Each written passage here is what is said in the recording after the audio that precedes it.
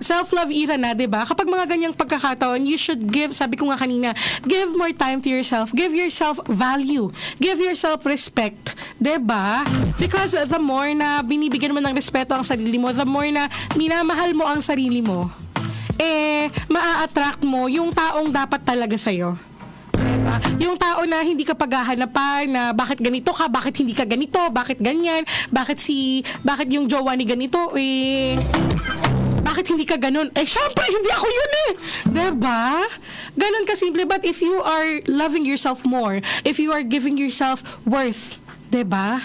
You are taking time to develop your individuality. You're giving time na makilala mo pa yung sarili mo more and more and more. Explore possibilities and everything. Diba, hindi ka matatakot kasing hindi ka matatakot na ipakita yung sarili mo talaga kapag ganun. And that way you will attract yung tao na para talaga sa'yo, yung tao na matatanggap ka no matter what, at yung tao na siguradong hindi mafo-fall out of love basta-basta.